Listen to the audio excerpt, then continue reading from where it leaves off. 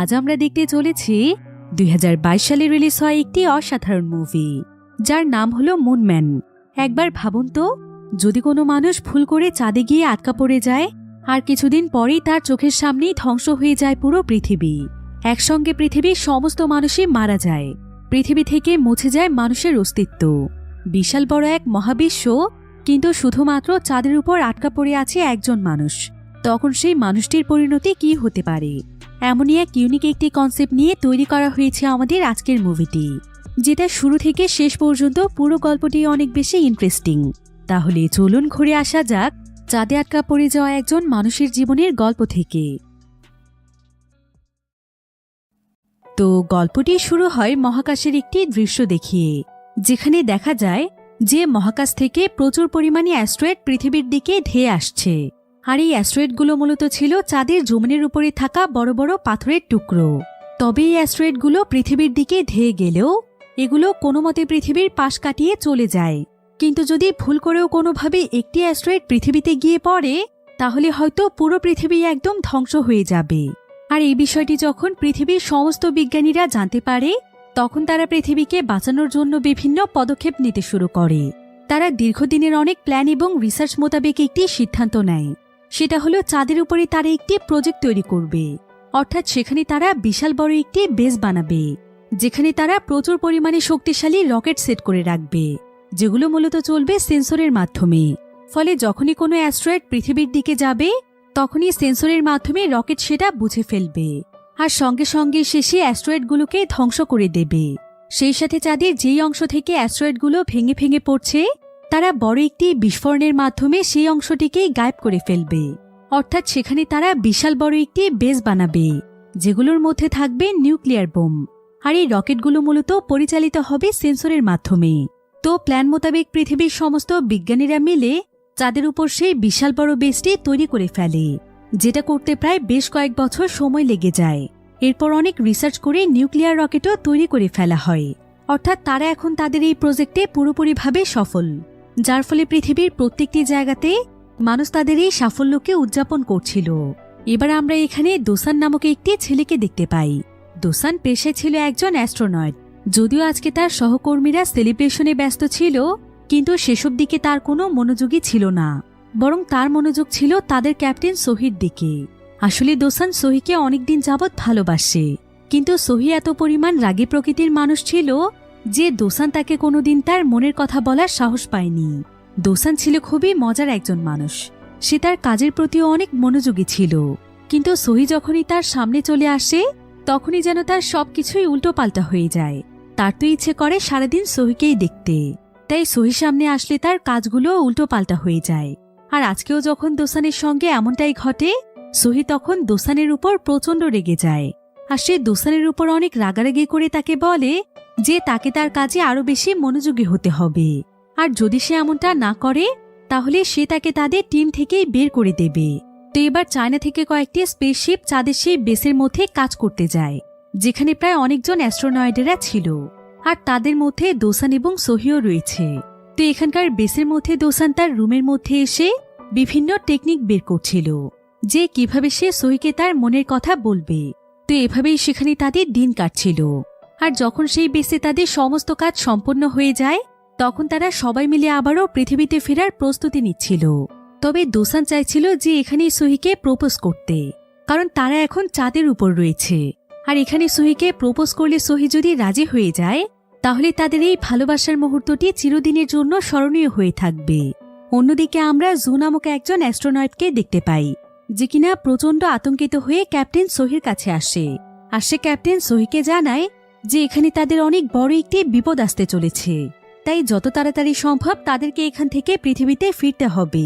এবার ক্যাপ্টেন সোহি একটু খবর নিয়ে জানতে পারে যে যেই সমস্ত অ্যাস্ট্রয়েডগুলো পৃথিবীর দিকে যেত, সেগুলো এখন সরাসরি চাঁদের দিকেই ধেয়ে আসছে। আর ধারণা করা হচ্ছে যে অ্যাস্ট্রয়েডগুলো অনেক বড় আকৃতির হবে, অর্থাৎ একবার অ্যাস্ট্রয়েড পড়তে শুরু করলে তারা সবাই মারা যাবে।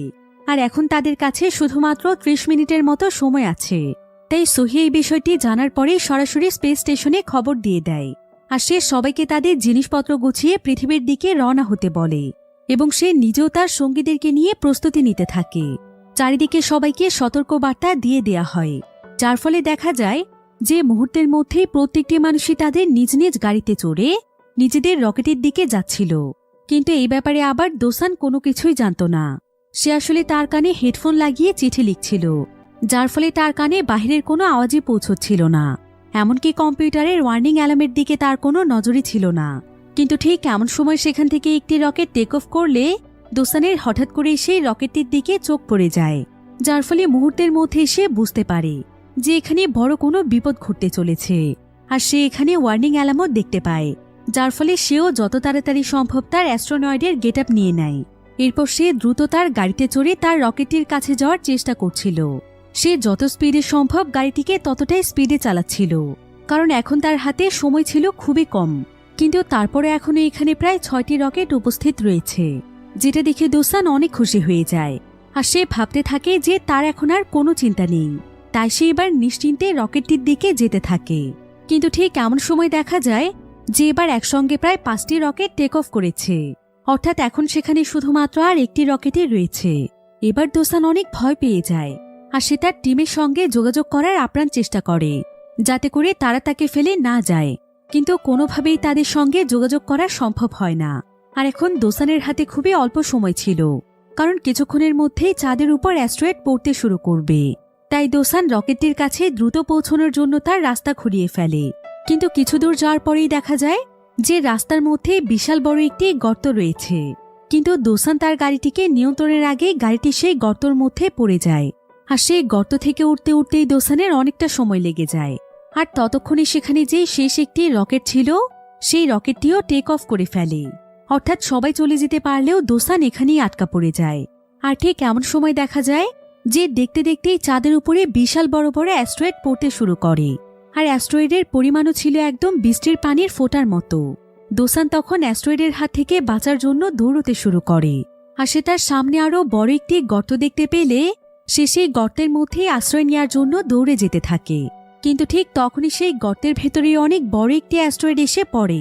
ফলে দোসান সেখান থেকে ছিটকে অন্য একটি জায়গাতে পড়ে অজ্ঞান হয়ে যায়। এবার প্রায় বেশ কয়েক ঘন্টা পর তার জ্ঞান ফিরে আসে। দোসান দেখতে পায় যে এখন অ্যাস্ট্রয়েড পড়া বন্ধ হয়ে গিয়েছে, আর সে কোনো মতে বেঁচে গিয়েছে, যার ফলে সে অনেক খুশি হয়ে যায়। এরপর সে চাঁদের উপর থেকে যখন পৃথিবীর দিকে তাকায় তখন তার কাছে পৃথিবীর দূরত্ব অনেক কাছের মনে হয়। এরপর সে খুশি হয়ে নিজে নিজেই বলতে থাকে যে সে তো এখন পৃথিবীর একদম কাছেই রয়েছে, তাই তাকে খোঁজাটা খুব একটা কঠিন হবে না। এসব ভেবে সে যখনই খুশি হচ্ছিল ঠিক তখনই সে আকাশে বিশাল বড় আরো একটি অ্যাস্ট্রয়েড দেখতে পায়, যেটা কিনা সঙ্গে সঙ্গে গিয়ে পৃথিবীর উপর পড়ে। আর সেখানে বিশাল বড় এক বিস্ফোরণ ঘটে, যার ফলে পুরো পৃথিবী একদম ধ্বংস হয়ে যায়। যেটা দেখে দোসান বুঝতে পারে যে পৃথিবীর সমস্ত মানুষই হয়তো এখন মারা যাবে, পৃথিবীতে আর কোনো মানুষের অস্তিত্বও থাকবে না। এতে দোসান অনেক ভয় পেয়ে যায়, আর সে সকলের জন্য অনেক দুশ্চিন্তায় পড়ে যায়। এবার সে মন খারাপ করে তাদের বেসের মধ্যে ফিরে যায়। এ ঘটনার পর প্রায় 6 মাস সময় পার হয়ে যায়। এখানে আমরা দোসানকে দেখতে পাই। দোসানের অবস্থা এখন অনেক খারাপ হয়ে গিয়েছে। সে দিনরাত না খেয়ে না ঘুমিয়ে পৃথিবীতে যোগাযোগের চেষ্টা করছে, কিন্তু এই 6টি মাসের মধ্যে সে একবারও কারোর সঙ্গে যোগাযোগ করতে পারেনি। এমনকি সে বারবার সিগন্যাল পাঠানোর পরও কোনো রেসপন্সও পায়নি, যার ফলে দোসান এখন পুরোপুরিভাবে শিওর হয়ে যায় যে পৃথিবীতে এখন আর কোনো মানুষই বেঁচে নেই। পুরো মহাবিশ্বে হয়তো সে একাই সার্ভাইভ করছে। তাই সে আর কোনো চেষ্টা না করে বাস্তবতাকে মেনে নেয়, কারণ সে বুঝে গিয়েছিল যে তাকে এখানেই মরতে হবে। এ কারণে সে এখন যতদিন বেঁচে থাকবে ততদিন সে ঠিক সেই কাজগুলোই করবে যেগুলো সে চেয়েও করতে পারেনি। অর্থাৎ সে তার মনের ছোট ছোট ইচ্ছেগুলো পূরণ করবে। তবে সৌভাগ্যবশত এখানে তার কাছে প্রচুর পরিমাণে খাবার এবং পানি ছিল, কারণ এখানে প্রায় কয়েক বছরের অ্যাস্ট্রোনটদের জন্য খাবার মজুদ আছে, যেগুলোর মাধ্যমে দোসান অনায়াসে সার্ভাইভ করতে পারবে। তো দোসান এবার পৃথিবীর সেই সমস্ত মানুষদের জন্য শ্রদ্ধাঞ্জলি দেয় যারা কিনা মারা গিয়েছে। এরপর সে লেগে পড়ে তার ইচ্ছে পূরণের কাজে, যেগুলোর মধ্যে তার প্রথম ইচ্ছেই ছিল ক্যাপ্টেন সোহির রুমে যাওয়া। সে আসলে মৃত্যুর আগে তার ভালোবাসার মানুষের রুমটি দেখতে চায়, কারণ সে তো এখন চাইলেই আর সোহিকে দেখতে পারবে না। তাই সে ক্যাপ্টেন সোহির রুমে যাওয়ার অনেক চেষ্টা করছিল। তবে রুমটিতে যাওয়ার জন্য পাসওয়ার্ড দিতে হয়, কিন্তু পাসওয়ার্ড তো সে জানত না। তাই সে বেশ কিছুক্ষণ ভুলভাল পাসওয়ার্ড দিয়ে ক্লান্ত হয়ে পড়ে। আর সোহির রুমের দরজা না খোলায় তার একদম মন খারাপ হয়ে যায়। এবার তার দ্বিতীয় ইচ্ছে ছিল চাঁদের জমিনের উপর স্কেটিং করা, তাই সে তার সমস্ত জিনিসপত্র নিয়ে রেডি হয়ে বেস থেকে বেরিয়ে সোজা মাটির উপরে গিয়ে দাঁড়ায়। এরপর সে বরফের উপর যেভাবে স্কেটিং করে ঠিক সেভাবেই সেখানে স্কেটিং করার চেষ্টা করছিল। কিন্তু চাঁদের মাটি হচ্ছে বরফের চাইতে একদমই আলাদা, তাই স্কেটিং করতে তার অনেক সমস্যা হচ্ছিল। সে কোনোভাবেই চাঁদের মাটির উপরে স্কেটিং করতে পারছিল না। কিন্তু একটানা প্রায় বেশ কয়েকদিন চেষ্টার পর সে অবশেষে কোনোমতে স্কেটিং শিখে যায়, যার ফলে এখানে সে তার বেশিরভাগ সময়ই কাটাতো স্কেটিং করে। তবে সোহির রুমে যাওয়ার স্বপ্ন তার এখনও ছিল, তাই সে প্রতিনিয়ত নতুন নতুন পাসওয়ার্ড দিয়ে সোহির রুমে যাওয়ার চেষ্টা করত। কিন্তু আজকেও যখন অনেক চেষ্টার পরেও দরজা খুলতে পারছিল না, তখন সে প্রচণ্ড রেগে যায়। আর এমন সময় তার মাথায় একটি আইডিয়া আসে। সে সঙ্গে সঙ্গে সেখানে ছোটখাটো বিস্ফোরণের মাধ্যমে দরজাটি খুলে ফেলে, যার ফলে সে অনেক খুশি হয়ে যায়। এরপর সে সোহির রুমটিকে ভালোভাবে দেখে, যেখানে সোহির একটি ছবিও ছিল। এবার সে নিজেও একদম ফ্রেশ হয়ে যায়, আর সে সোহির একটি ছবিকে তার সামনে বসায়। সে আসলে সোহির ছবির সঙ্গে একটি ডেটের আয়োজন করেছে, আর তাই সে এমন একটি ভাব করছিল যেন তার সামনে সোহি বসে আছে। এবার সে সোহিকে সস এগিয়ে দেওয়ার জন্য যাচ্ছিল, কিন্তু ভুলবশত তার হাত থেকে সোহির চেহারায় একটু সস গিয়ে পড়ে। আর দোসান যখন সোহির চেহারার দিকে তাকায়, তখন সে নিজের অজান্তেই সোহির ছবির মধ্যে কিস করে দেয়। তবে এমন সময় দেখা যায় যে স্পেস স্টেশনে আরও একটি নতুন স্পেস স্টেশন তৈরি করা হয়েছে, যেটা কিনা ছিল মূলত তাদের হেডকোয়ার্টার। আর সেই হেডকোয়ার্টার থেকে দোসানকে তার টিমের সবাই দেখছিল। অর্থাৎ পৃথিবী আসলে একদম ঠিক আছে, পৃথিবীর সমস্ত মানুষেরাও বেঁচে আছে। আর দোসানকে বাঁচানোর জন্য তার টিম মেম্বাররা অনেকদিন ধরেই চেষ্টা চালিয়ে যাচ্ছে। এবার দোসানের এমন কর্মকাণ্ড দেখে সবাই সেখানে তাদের মাথা নিচু করে ফেলে। তবে ক্যাপ্টেন সোহি যখন এটা দেখতে পায়, তখন সে তো একদম অবাক হয়ে যায়, কারণ সে কোনোদিন কল্পনাও করতে পারেনি যে দোসান তাকে ভালোবাসে। তবে সিগন্যালের সমস্যার কারণে তারা শুধুমাত্র দোসানকে দেখতে পাচ্ছে, কিন্তু দোসানের সঙ্গে তারা কোনোভাবেই কথা বলতে পারবে না।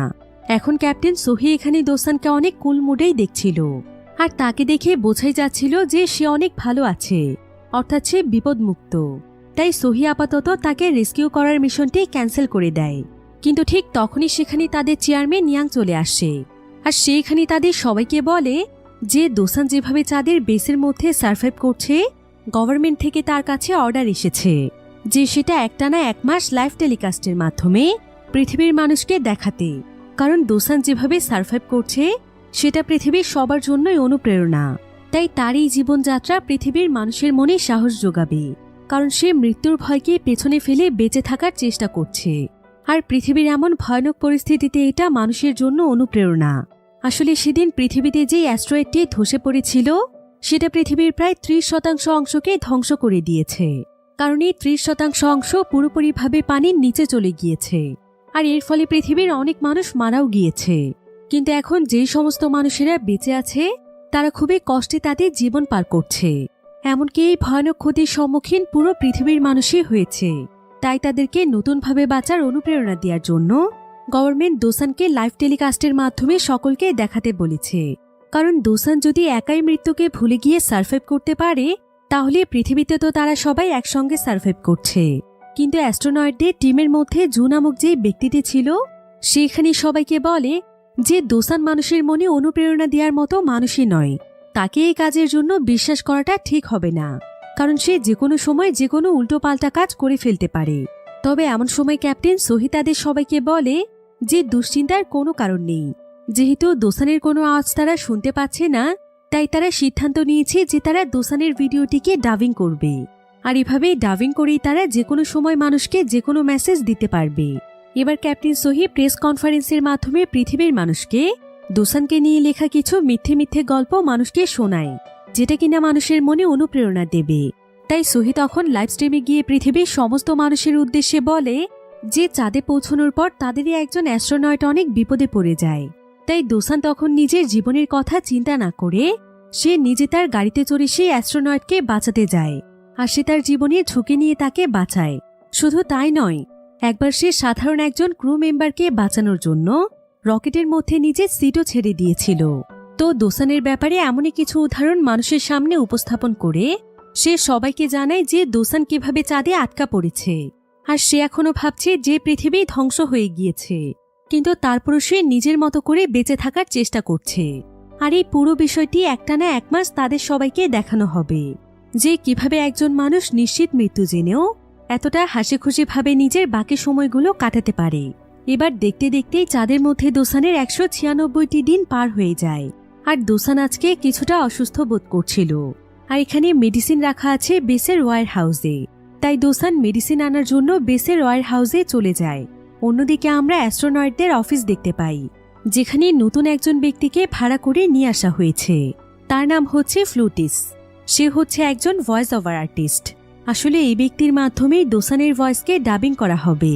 তবে সে এখানে আসার পর তাকে কোনো ধরনের স্ক্রিপ্ট দেয়া হয় না। অন্যদিকে আমরা দোসানকে দেখতে পাই, যে কিনা মেডিসিন নেয়ার জন্য ওয়্যার হাউসে এসেছে। কিন্তু এখানে আসার পর সে দেখতে পায় যে একটি পর্দার পেছনে কেউ একজন রয়েছে। শেফ দেখে দোসান মনে করে যে সেখানে কোনো মেয়ে রয়েছে, হয়তো তার মতোই তার কোনো সঙ্গী সেখানে আটকা পড়েছে। তাই দোসান তখন খুশি হয়ে তার সঙ্গে কথা বলতে শুরু করে। সে তার কাছে জানতে চায় যে সে কিভাবে এখানে আটকা পড়েছে আর এতদিন সে কোথায় বা লুকিয়েছিল। কিন্তু দোসানের সঙ্গে সে কোনো কথাই বলছিল না। তাই দোসান কথা বলতে বলতে সোজা তার সামনে চলে যায়। আর সে দেখতে পায় যে এখানে আসলে কোনো মানুষ নয়, বরং বিশাল বড় একটি ক্যাঙ্গারু শুয়ে রয়েছে। আর সে শুয়ে শুয়ে বিভিন্ন ধরনের খাবার খাচ্ছে। অন্যদিকে ঠিক এমন সময় এখানকার লাইভ স্ট্রিম চালু করে দেয়া হয়। আর সেখানকার ক্যামেরা সোজা গিয়ে ফোকাস করে ক্যাঙ্গারুর উপর, যেটা দেখতে পায় ভয়েস আর্টিস্ট ফ্লুটিস। আর সে মনে করে যে ক্যাঙ্গারুর ভয়েসে হয়তো তাকে ডাবিং করতে হবে। তাই ক্যাঙ্গারুটি ঠিক যেভাবেই তার মুখ নাড়াচ্ছিল, ফ্লুটিসও ঠিক ক্যাঙ্গারুর আওয়াজ বের করে সেভাবেই ডাবিং করছিল। কারণ সে এখনো সম্পূর্ণ বিষয়টি শোনেইনি, যার ফলে মুহূর্তের মধ্যেই সিরিয়াস একটি লাইভ স্ট্রিম অনেক ফানি হয়ে যায়। আর সহিও পড়ে যায় মহাবিপদে। সে বুঝতে পারছিল না যে এই পরিস্থিতি সে কিভাবে সামলে নেবে। তো সে এখানে কোনো মতে ফ্লুটিসকে থামানোর চেষ্টা করে, কিন্তু ততক্ষণে অনেক দেরি হয়ে গিয়েছিল। কারণ প্রায় বহু মানুষই লাইভ স্ট্রিম অলরেডি দেখতে শুরু করেছে, যার ফলে সঙ্গে সঙ্গে সহি এবং জোকে চেয়ারম্যান ডেকে পাঠায়। আর সে তাদেরকে তাদের এত বড় একটি ভুলের জন্য অনেক বকাবকি করে এবং যেভাবেই হোক এই সম্পূর্ণ পরিস্থিতি সামলে নিতে বলে। চেয়ারম্যান তাদেরকে আরও জানায় যে চাঁদের বেসের মধ্যে যেই ক্যাঙ্গারুটি রয়েছে সেটা আসলে তাদের রিসার্চ টিমেরই একটি ক্যাঙ্গারু। এই ক্যাঙ্গারুটির নাম হচ্ছে কং। আসলে চাঁদের আবহাওয়াতে একটি প্রাণী কিভাবে টিকে থাকতে পারে সেটার উপর রিসার্চ করার জন্যই তাকে নিয়ে যাওয়া হয়েছিল, কিন্তু ভুলবশত তাকে তারা সেখানেই রেখে এসেছে। এরপর জানা যায় যে তারা ফ্লুটিস নামক যে ভয়েস ওভার আর্টিস্টকে নিয়ে এসেছে সে আসলে কোনো প্রফেশনাল ভয়েস ওভার আর্টিস্ট নয়, বরং সে সোশ্যাল মিডিয়ায় বিভিন্ন প্রাণীর ভয়েসে ডাবিং করে থাকে। তাই সহি এবার সিদ্ধান্ত নেয় যে তারা দোসানের ভিডিওগুলো ডাবিংয়ের মাধ্যমে নয়, বরং গল্প আকারে মানুষের সামনে উপস্থাপন করবে। অন্যদিকে আমরা কংকে দেখতে পাই, সে একের পর এক সেখানে বিভিন্ন জিনিসপত্র খেয়েই চলেছে। দোসান অনেক চেষ্টা করেও তাকে তার নিয়ন্ত্রণে আনতে পারেনি। সে তার সামনে লোহার একটি হাতিয়ার নিয়ে এসে দাঁড়ায় আর সে তাকে ভয় দেখানোর চেষ্টা করে, কিন্তু কংই তখন তার কাছ থেকে হাতিয়ারটি নিয়ে নেয়। আর সে 1 সেকেন্ডের মধ্যেই এই লোহার হাতিয়ারটিকে বাঁকা করে ফেলে। দোসান বুঝতে পারে যে কংয়ের সঙ্গে শক্তিতে সে পারবে না। তাই দোসান কংকে তার নিয়ন্ত্রণে আনার জন্য সে অনেক খুঁজে খুঁজে সেখান থেকে একটি লেডিস ক্যাঙ্গারুর পোশাক বের করে। এমনকি সে কাগজ দিয়ে একটি ক্যাঙ্গারুর মুখোশ বানিয়ে নেয়। এরপর পোশাকটি পরে সে কংকে তার দিকে আকৃষ্ট করার চেষ্টা করে। আর ঘটেও ঠিক এমনটাই। কং আকৃষ্ট হয়ে তার কাছে আসলে সে দোসানের মুখোশটি খুলে ফেলে। আর মুখোশটি খুলে দোসানকে দেখতে পেয়ে সে তাকে প্রচণ্ড জোরে লাথি মারে। এরপর সে তাকে অনবরত মারতেই থাকে। এদিকে এই সমস্ত দৃশ্য দেখছিল দোসানের টিম মেম্বাররা। আর ফ্লুটিস তো এখানে দোসানের ব্যাপারে সকলকে বলা তো দূরের কথা, বরং সে দোসানের কর্মকাণ্ড দেখে হাসতে হাসতে পাগল হয়ে যাচ্ছিল। এবার সহি তার টিম মেম্বারদের সঙ্গে বসে সবকিছুর ব্যাপারে প্ল্যান করছিল যে কিভাবে তারা কাজগুলো ঠিকমতো পরিচালিত করবে। কিন্তু ঠিক এমন সময় সেখানে জু এসে তাদেরকে বলে যে চাঁদে নাকি দোসান এবং কংয়ের মধ্যে বিশাল বড় একটি ফাইট হতে চলেছে। তারা দুজন নাকি একে অপরকে চ্যালেঞ্জ করেছে। এখন এই ফাইটিং ম্যাচের খবরটি জানতে পেরে সবাই অনেক এক্সাইটেড হয়ে যায়। দর্শকরা তো তাদের দুজনকে দেখার জন্য অধীর আগ্রহে বসেছিল। আর সহি এবং তার টিম দেখতে চাইছিল যে দোসান আসলে কি করতে যাচ্ছে। এবার কিছুক্ষণের মধ্যেই দোসান এবং কংয়ের মধ্যে ফাইট শুরু হয়ে যায়। দোসান বিভিন্নভাবে কংকে হারানোর চেষ্টা করছিল। এমনকি সে তাকে একটি গান নিয়ে ধাও করছিল, যেটার ভেতর থেকে ছোট ছোট বল বের হয়। এতে করে যেন চারিদিকে একদম তোলপাড় শুরু হয়ে যায়। তাদের দুজনের মধ্যে প্রচণ্ড রকমের লড়াই হচ্ছিল। দোসান তো এক পর্যায়ে রাগ করে কংকে এমন জোরে একটি থাপ্পড় দেয় যে কং তখন তাকে থাপড় দিয়ে তার গাল একদম লাল করে ফেলে। যদিও কং প্রথমে ভয় পাওয়ার অভিনয় করে, কিন্তু কিছুক্ষণ পরে সে তার সামনে এসে তাকে এমন জোরে একটি লাথি মারে যে সে সঙ্গে সঙ্গে ছিটকে পড়ে সেখানে অজ্ঞান হয়ে যায়। দোসানের এই অবস্থা দেখে সোহি অনেক ভয় পেয়ে যায়, আর সে যেভাবেই হোক সেখানে কানেকশন তৈরি করে দোসানের সঙ্গে কথা বলার চেষ্টা করে। সে বিভিন্নভাবে দোসানকে সিগন্যাল পাঠায়। এবার কয়েক ঘন্টা পর দেখা যায় যে দোসান তার জ্ঞান ফিরে পেয়েছে। আর জ্ঞান ফিরে পাওয়ার সঙ্গে সঙ্গে দোসান তার স্ক্রিনে দেখতে পায় যে তার সঙ্গে তাদের স্পেস স্টেশন থেকে কেউ যোগাযোগের চেষ্টা করেছে। অর্থাৎ পৃথিবী তাহলে ধ্বংস হয়ে যায়নি, মানুষ এখনো বেঁচে আছে। যেটা দেখে সে প্রচণ্ড খুশি হয়ে যায়। সে তো খুশিতে এখানে কাঁদতে শুরু করে, যদিও সে তাদের কারো কথাই শুনতে পাচ্ছিল না। কিন্তু সবাই যে বেঁচে আছে এটাই তার সবচাইতে বড় আনন্দ ছিল। কিন্তু অন্যদিকে সোহি এবং তার টিমেরা যখন এটা দেখতে পায় তখন তারা একদম অবাক হয়ে যায়, কারণ তাদের কোনো সিগন্যাল এখনো সেখানে পৌঁছয়নি। তাহলে দোসান কিসের সিগন্যাল পাচ্ছে? আসলে কংয়ের লেজের সঙ্গে লেগে একটি ডিভাইস নড়ছিল, যেটার প্রতিফলনই কম্পিউটার স্ক্রিনে দেখা যাচ্ছে। অর্থাৎ এখনো সোহিরা দোসানের সঙ্গে যোগাযোগ করতে পারেনি, অর্থাৎ এখনো তারা তার জন্য স্পেসশিপ সেখানে পাঠাতে পারবে না। এদিকে মারামারি করতে করতে কংও অনেক ক্লান্ত হয়ে গিয়েছিল।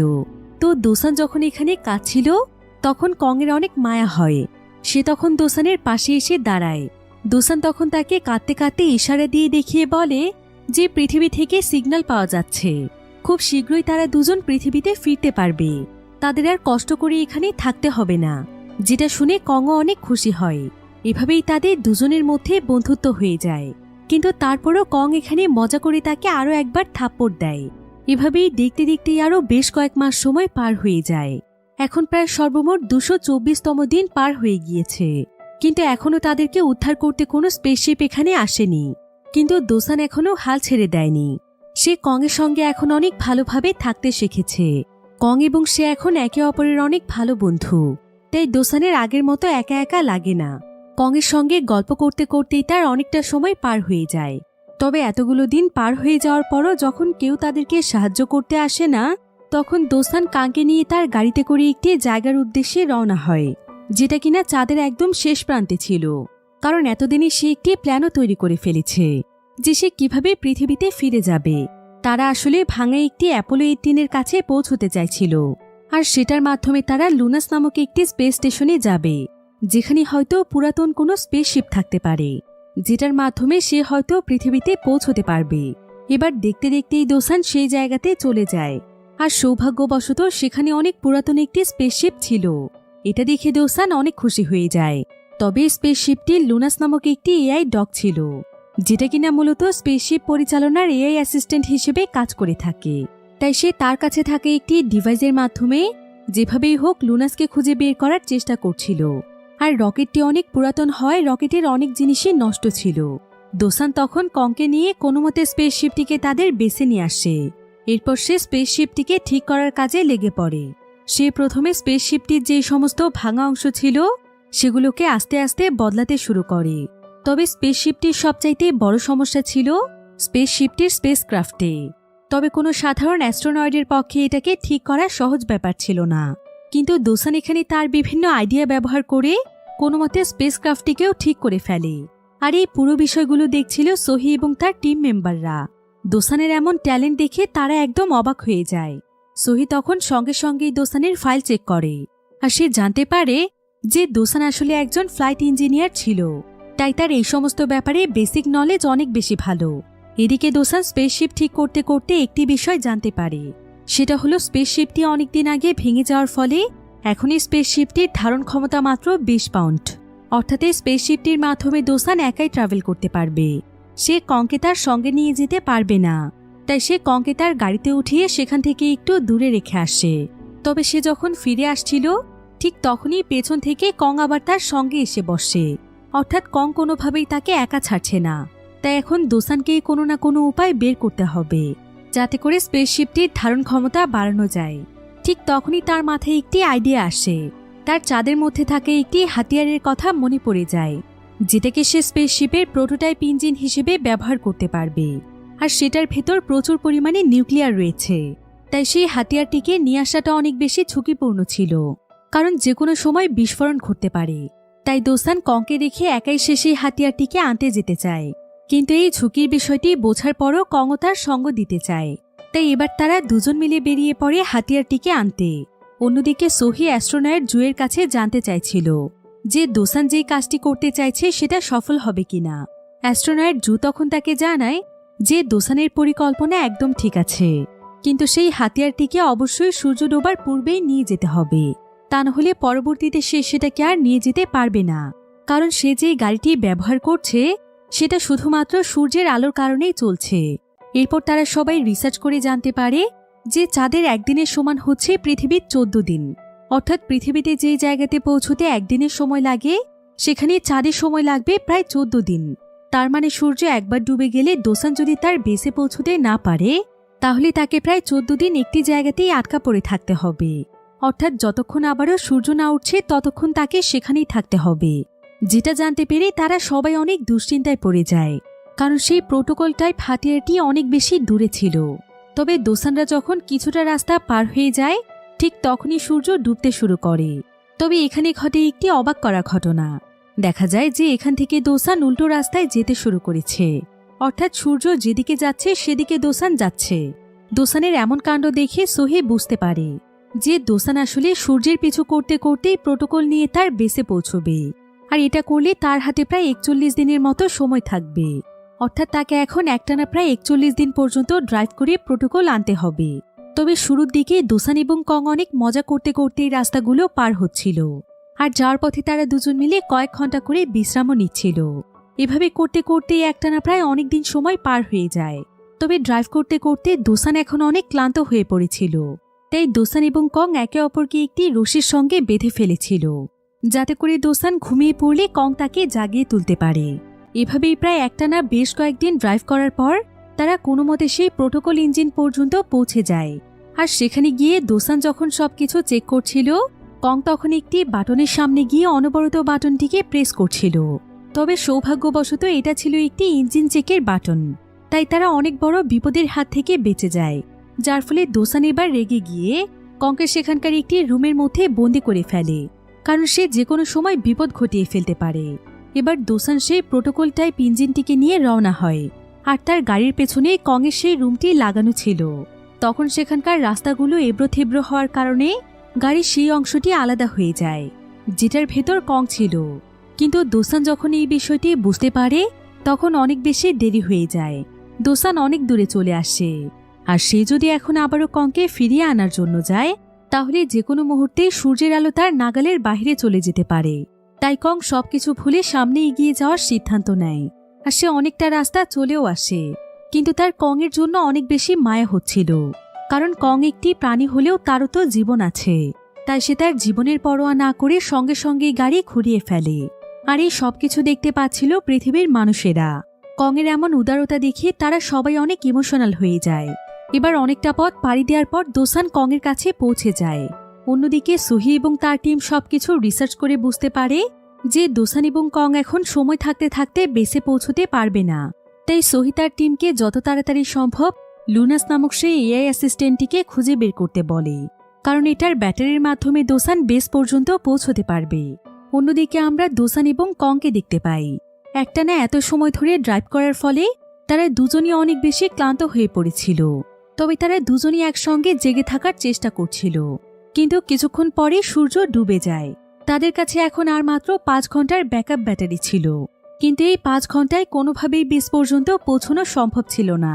অন্যদিকে আমরা লুনাসকে দেখতে পাই সোহি তাদের স্পেস স্টেশন থেকে লুনাসকে অ্যাক্টিভ করে দিয়েছিল।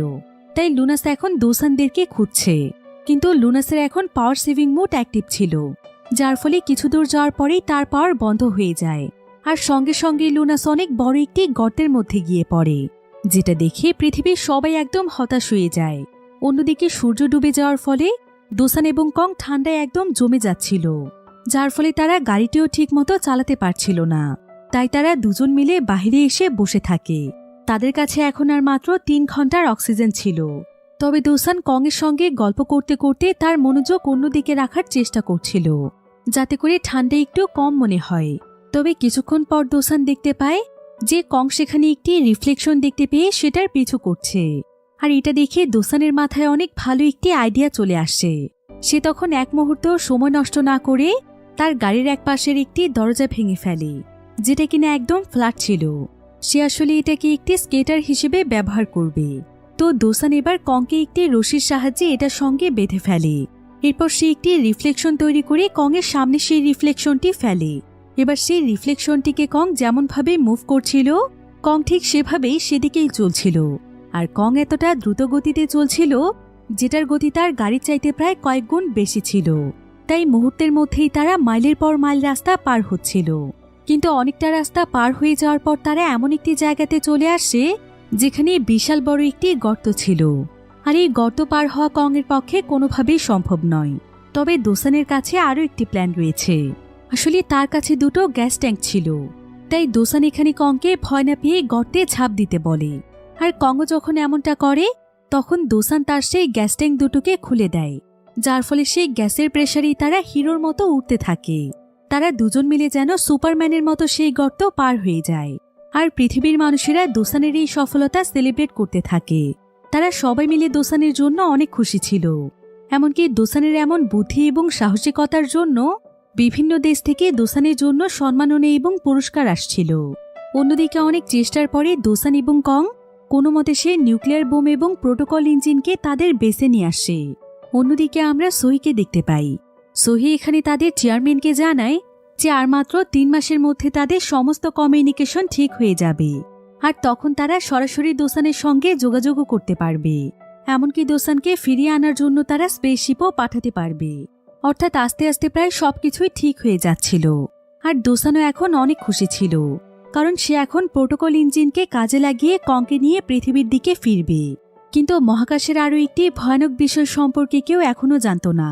সেটা হলো পৃথিবীর দিকে এখনো অনেক বড় একটি অ্যাস্ট্রয়েড ধেয়ে আসছে, যেটার আকৃতি এতটাই বড় ছিল যে এটা চাঁদসহ পৃথিবীকেও ধ্বংস করে দিতে পারে। আর এই অ্যাস্ট্রয়েডটির নাম হচ্ছে পাই।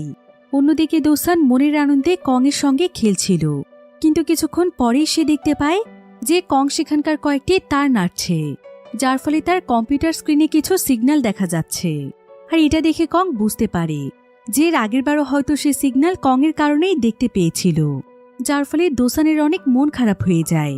তার আবারও মনে হয় যে পৃথিবীতে তাহলে হয়তো আর কেউ বেঁচে নেই। অন্যদিকে সহি এবং তার টিম মিলে এবার পুরো দমে কাজ শুরু করে দিয়েছে, যাতে করে যত তাড়াতাড়ি সম্ভব কমিউনিকেশন লাইন ঠিক করা যায়। এদিকে দোসান এখন অনেক বেশি ডিপ্রেসড হয়ে গিয়েছিল। তাই সে এবার কংয়ের জন্য সেখানে একটি মেয়ে ক্যাঙ্গারুর স্ট্যাচু তৈরি করে দেয়। আর সে কংকে বেসের মধ্যে রেখে বাইরে চলে আসে।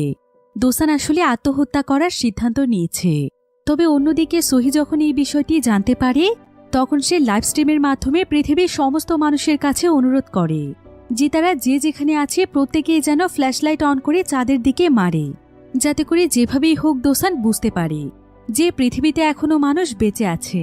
এবার দোসান যখনই আত্মহত্যা করার জন্য তার স্যুটটি খুলে ফেলছিল, ঠিক তখনই সে পৃথিবীর বিভিন্ন জায়গা থেকে আলো আসতে দেখতে পায়। এতে সে বুঝতে পারে যে পৃথিবীতে এখনো মানুষ বেঁচে আছে। দোসান খুশিতে কাঁদতে কাঁদতে সেখানে হাঁটু গেড়ে বসে পড়ে। আর তার মাঝে আবারও আত্মবিশ্বাস ফিরে আসে। তাই সে পুরো দমে কমিউনিকেশন লাইন ঠিক করার কাজে লেগে পড়ে। আর অনেক চেষ্টার পর কোনো মতে সে নিজেই কমিউনিকেশন লাইন ঠিক করে ফেলে, যার ফলে তার সঙ্গে শহীদের টিমের কানেকশন তৈরি হয়ে যায়। দোসান তাদের সবাইকে দেখে অনেক ইমোশনাল হয়ে যায়। তারা দোসানের সঙ্গে আরও অনেক কথা বলার চেষ্টা করে, কিন্তু দোসানের মুখ দিয়ে কোনো কথাই বের হচ্ছিল না। তাই তারা সবাই সহিকে দোসানের সামনে নিয়ে আসে। আর সহি যখন দোসানকে হ্যালো বলে তখন দোসান তার সঙ্গে কথা বলতে শুরু করে। এবার সহির পুরো টিম এবং দোসান মিলে তাদের কাজ শুরু করে দেয়। আর খুব অল্প সময়ের মধ্যেই সহির ইনস্ট্রাকশনের মাধ্যমে দোসান তার স্পেসশিপটিকে পুরোপুরিভাবে তৈরি করে ফেলে। আর সে পৃথিবীতে ফেরার জন্য একদম প্রস্তুত হয়ে যায়। এবার সেদিন রাতের বেলা দোসান সহির সঙ্গে কথা বলার সুযোগ পায়। দোসান তখন সহিকে বলে, আমি এখানে কি কি করেছি তুমি তো সেগুলো সব দেখেছ, আর এটাও জেনে গিয়েছ যে আমি তোমাকে ভালোবাসি। তাই আমি আর তোমার কাছ থেকে কিছু লুকোবো না। আসলে আমি অ্যাস্ট্রয়েডদের গ্রুপে জয়েন করেছিলাম শুধুমাত্র তোমার জন্য। আমি প্রথমে একজন ফ্লাইট ইঞ্জিনিয়ার ছিলাম, কিন্তু একদিন হঠাৎ করে আমি তোমাকে দেখতে পাই। আর প্রথম দেখাতেই তোমাকে আমি এত পরিমাণ ভালোবেসে ফেলেছি যে সেদিনের পর থেকে আমার জীবন জুড়ে শুধু তুমিই আছো। তাই অনেক কষ্ট করে আমি ইঞ্জিনিয়ার সেক্টর থেকে এই সেক্টরে এসেছি। আর অনেক বেশি পরিশ্রমের পর আমি তোমার টিমে জয়েন হতে পেরেছি। তবে এটা জানতে পেরে সোহি অনেক অবাক হয়ে যায়, কারণ একটা মানুষ এতটা পাগল কিভাবে হতে পারে। কিন্তু ভেতরে ভেতরে সোহির কাছে বিষয়টি বেশ ভালো লাগে। তার মনেও দোসানের প্রতি আস্তে আস্তে ভালো লাগা তৈরি হয়ে যায়। এবার পরের দিন দোসান কংকে নিয়ে একদম পৃথিবীতে ফেরার জন্য প্রস্তুত হয়ে যায়। এমনকি তারা স্পেসশিপে উঠে স্পেসক্রাফট লঞ্চও করে দেয়, যেটা দেখে পৃথিবীর সমস্ত মানুষেরা অনেক খুশি ছিল। কারণ আজকে প্রায় 983 দিন পর তারা দুজন চাঁদ থেকে পৃথিবীতে ফিরছে, আর তারা এখন মেইন স্পেস স্টেশনে চলে এসেছে। অন্যদিকে জু একটি জরুরি মিটিংয়ের আয়োজন করে, আর সেই মিটিংয়ের মাধ্যমে সে সবাইকে জানায় যে এখন পৃথিবীতে পাই নামক অনেক ভয়ানক একটি অ্যাস্ট্রয়েড ধেয়ে আসছে, আর যদি কোনোভাবেই সেই অ্যাস্ট্রয়েডটিকে ধ্বংস করে দেওয়া না যায় তাহলে পৃথিবীকে আর কোনোভাবেই বাঁচানো সম্ভব নয়। চাঁদসহ সম্পূর্ণ পৃথিবী একদম ধ্বংস হয়ে যাবে। এটা জানতে পেরে সবাই অনেক ভয় পেয়ে যায়, আর তারা অনেক রিসার্চ এবং পরিকল্পনার মাধ্যমে অ্যাস্ট্রয়েডটিকে মহাকাশের মধ্যেই ধ্বংস করার পরিকল্পনা করতে থাকে। কিন্তু তাদের কাছে এখন একটি মাত্র উপায় ছিল, সেটা হলো দোসান নিজে। কারণ দোসানের স্পেসশিপের ইঞ্জিনটি ছিল একটি বিশাল বড় হাতিয়ার, অর্থাৎ এটা ছিল অনেক বড় একটি নিউক্লিয়ার বোম। তাই একমাত্র দোসানই পারবে সেই বোমটিকে সোজা অ্যাস্ট্রয়েডটির মধ্যে নিয়ে যেতে। কিন্তু একটি বিষয় সম্পর্কে তারা সবাই জানত, যে এই কাজটি করতে গেলে দোসান কোনোভাবেই বাঁচবে না। কারণ বোমটি যখনই অ্যাস্ট্রয়েডটিকে ধ্বংস করে দেবে তখন সেই বিস্ফোরণের সঙ্গে দোসানও মারা যাবে। এখন একমাত্র দোসানই পারবে পৃথিবীর মানুষকে বাঁচাতে। তাই চেয়ারম্যান সোহিকে দোসানকে এই বিষয়টি জানাতে বলে। যদিও সোহি এই বিষয়টিতে মোটেও রাজি ছিল না, তারপরেও পৃথিবী এবং পৃথিবীর মানুষের জীবনের কথা চিন্তা করে সে দোসানকে বিষয়গুলো জানাতেই যাচ্ছিল। কিন্তু তার আগেই দোসান তাকে জানায় যে সেই কাজটি করতে রাজি। আসলে সোহি যখন চেয়ারম্যানের সঙ্গে কথা বলছিল তখন সেখানে তাদের মাইক্রোফোন অন করা ছিল, যেটার মাধ্যমে দোসান সবকিছু শুনে ফেলেছে। তাই দোসান এখন নিজের জীবন দিয়ে হলেও পৃথিবীকে বাঁচাবে। কিন্তু সোহি তাকে এমনটা কিছুতেই করতে দিতে চাইছিল না। তবে দোসান ভালোভাবেই জানত যে এটাই তার সোহির সঙ্গে শেষ কথা।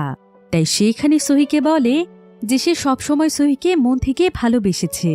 তাই সে চায় সোহি যেন সবসময় খুশি থাকে। যদি আজ তার কিছু হয়েও যায় তাহলে সে যেন তার জন্য একদম মন খারাপ না করে। সে যেন নতুনভাবে তার জীবন শুরু করে, আর তাকে যেন সে তার মনের একটি কোণাতে একটু জায়গা দেয় এবং কোনোদিন যেন তাকে ভুলে না যায়। এটাই হবে তার জীবনের সবচাইতে বড় প্রাপ্তি। এই বলেই দোসান কংকে একটি ছোট্ট স্পেসশিপে বেঁধে ফেলে।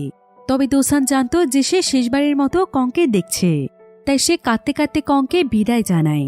আর সে তাকে মন থেকে ধন্যবাদ দেয়, কারণ জীবনের সবচাইতে কঠিন সময়ে সে কংকে তার পাশে পেয়েছে।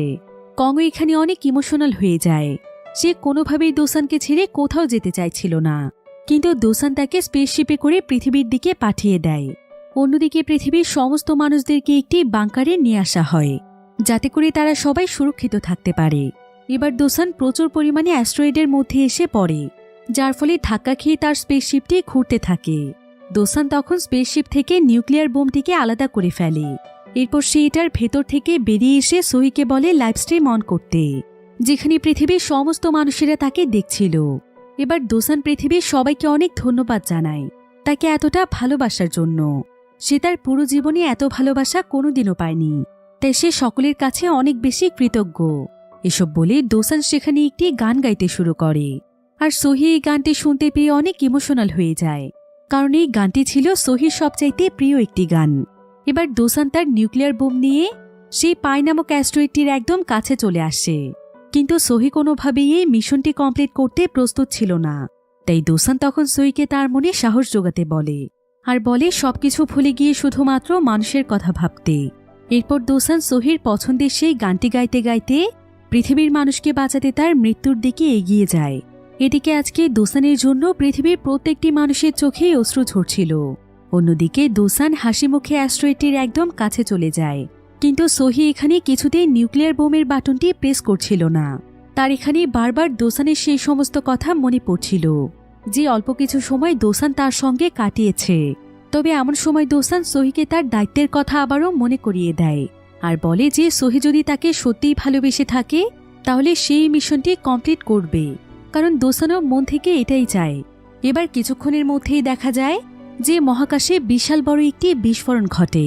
সেই পাই নামক অ্যাস্ট্রয়েডটি ছোট ছোট টুকরোতে বিভক্ত হয়ে যায়, আর এই অ্যাস্ট্রয়েডের টুকরোগুলো পৃথিবী থেকে খসে যাওয়া তারার মতো লাগছিল, যে দৃশ্য পৃথিবীর প্রত্যেকটি মানুষই দেখছিল। আর তারা দোসানের এত বড় ত্যাগ এবং সাহসিকতার জন্য প্রত্যেকেই তাকে সেলুট করছিল। এমনকি এই দৃশ্য কঙ্গো দেখছিল, অর্থাৎ কঙ্গো সুরক্ষিতভাবে পৃথিবীতে পৌঁছে গিয়েছে। এদিকে ভিড়ের মধ্যে একজন ছেলে তার ছোট বোনকে বলে যে আজকে তারা সবাই যে নতুন জীবন পেয়েছে সেটা শুধুমাত্র মুনম্যানের জন্য। এবার দেখতে দেখতে প্রায় 10 বছর সময় পার হয়ে যায়। দোসানের অবদান এবং মানুষের কঠোর পরিশ্রমের ফলে পৃথিবীর সবকিছু এখন একদম স্বাভাবিক হয়ে গিয়েছে।